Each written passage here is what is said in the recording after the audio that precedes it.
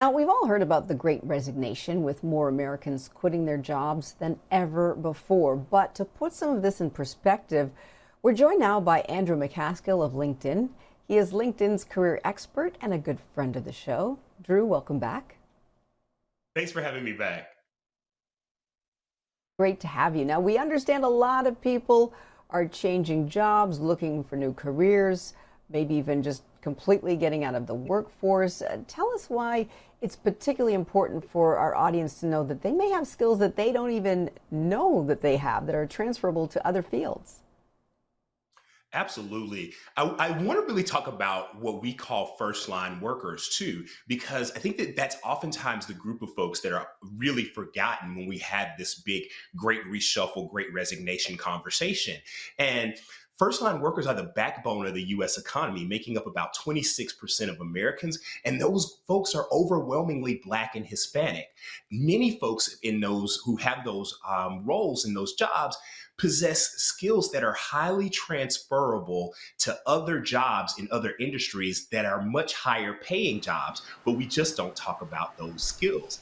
We always talk about, can somebody code, what's their ability to do all of these things for hard skills, but many of the skills that folks possess right now that are in first line work are highly transferable to other opportunities, and we're trying to create new tools for people to be able to identify those roles and those opportunities and make those transitions, just like many of the folks who are considered to be knowledge workers are doing too. How do people figure out what skills they have and which ones will help them get their next job? Yeah, absolutely. And so when you're looking for a new job, I say don't look for a new job based on job title. Look for a new job based on your skill set, right? And thinking through what that means. For instance, someone who maybe is in food service or a bartender has 71% of the skills needed to land a job as a customer service representative or someone working in a call center. Many times those jobs are not on your feet every day. You're not working for tips and you have benefits and a much higher pay. So think about skills. It's skills, skills, skills, and how you identify those skills.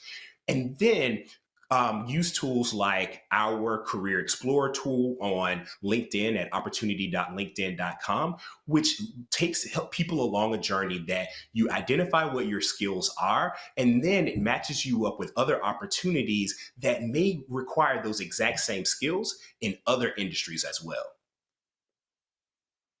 So, Andrew, I really value LinkedIn and what it brings to the table in terms of connecting people. But is LinkedIn for people who only have college educations, or is it for everyone? LinkedIn really is for everyone. We've had a reputation for being about, college degree jobs, but I can tell you that 129 million first line workers are on our platform right now globally. The roles for the new signups for first line workers on our platform are marking at about a 2.6x rate as knowledge workers, right? And so that means that if 55% of the new signups on LinkedIn are first line workers, that's really great because about 50% of the jobs that are open on our platform right now are for folks that may not have a college degree, or those jobs do not require a college degree. In fact, we're meeting with CEOs and executives at our 60 million companies that are clients of LinkedIn. And repeatedly, what they're saying is that they're now looking at hiring based on skills versus educational attainment.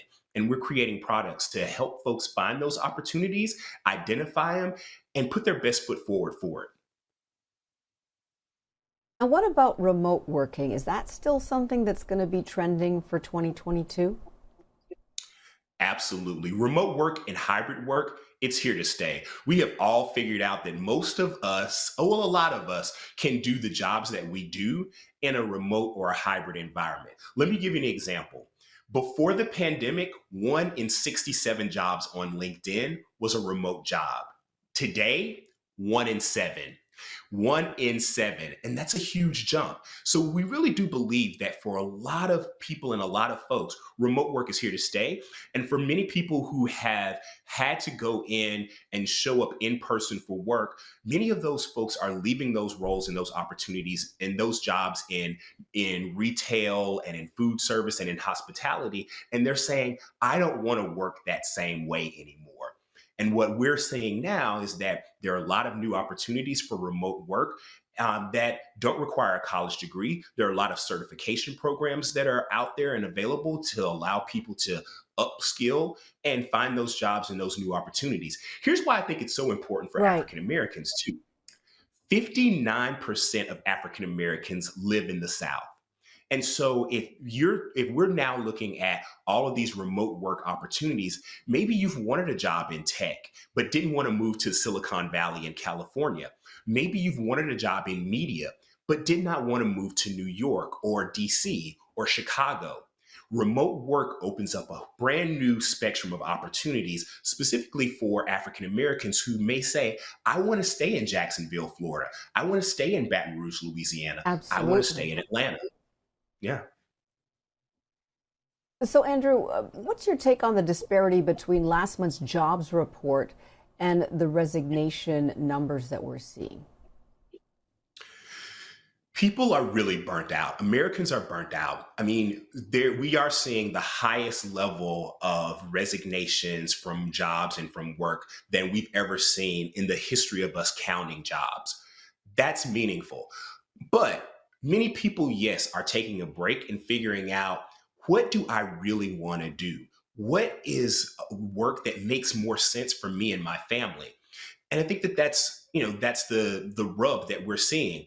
There are lots and lots of open jobs right now, and people are deciding, how do I want to work? For a lot of people, they don't have that luxury to decide, hey, I'm going to quit my job and then just figure it out. But many people are saying, I don't want to work this way anymore, and I'm going to figure it out. And it's not because of government subsidies and things like that. Many people are saying, I am going to lean into family, I'm going to lean into my savings, and I'm going to make a decision that's best for me long term. Meanwhile, luckily, we can go on LinkedIn and find some of those jobs that may be a better fit for us. Thank you so much for joining us, Andrew McCaskill, LinkedIn career expert. As always, thanks for joining us here on BNC.